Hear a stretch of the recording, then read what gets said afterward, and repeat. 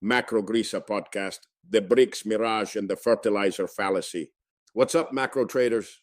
Welcome back to Macro GRISA. I'm your host, bringing you the unfiltered truth from Milan. Today, we're diving into Brent Johnson's latest predictions on the Iran war fallout.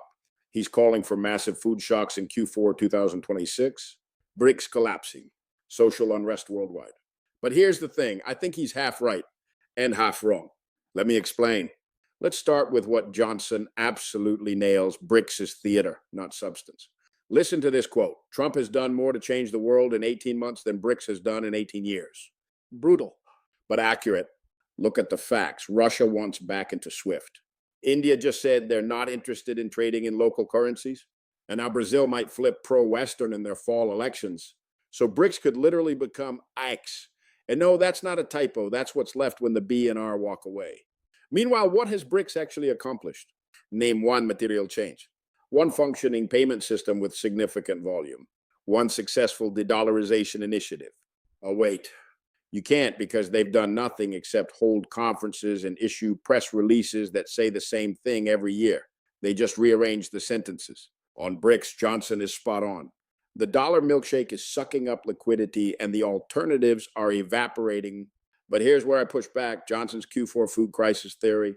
His logic chain goes: Hormuz closed for 6 weeks, fertilizers didn't arrive, crops weren't properly fertilized, harvest fails, food prices explode, social unrest. Sounds logical, right? Wrong. We've heard this story before.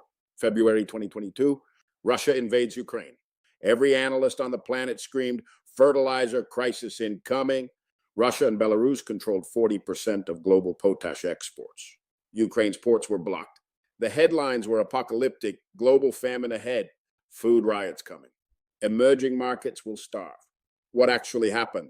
Food prices spiked initially, yes, but the catastrophic harvest failures never materialized. Why? 3 reasons. See, global agriculture is much more resilient than models predict.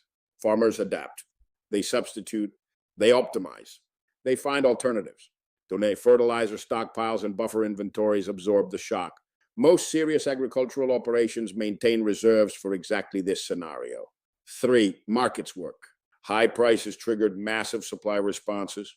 Other producers ramped up. New sources came online. And here we are in 2026 making the same prediction about a 6-week Hormuz closure that we made about a multi-year Ukraine war blockade. Don't get me wrong, will there be price volatility? Absolutely. Will some regions face shortages? Probably. But Johnson's dystopian Q4 scenario with widespread social unrest driven by food inflation, I'm calling it now overblown. So here's my synthesis.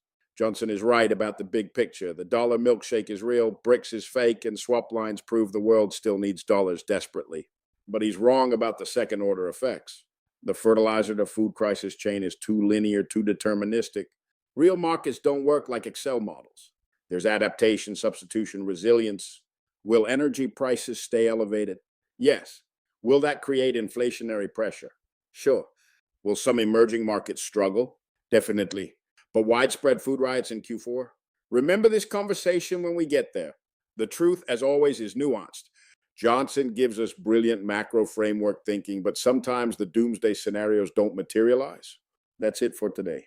If you found this valuable, drop a comment with your take. Do you think we're headed for a food crisis, or is this 2022 redux? I'm GRISA, and I'll see you in the next one.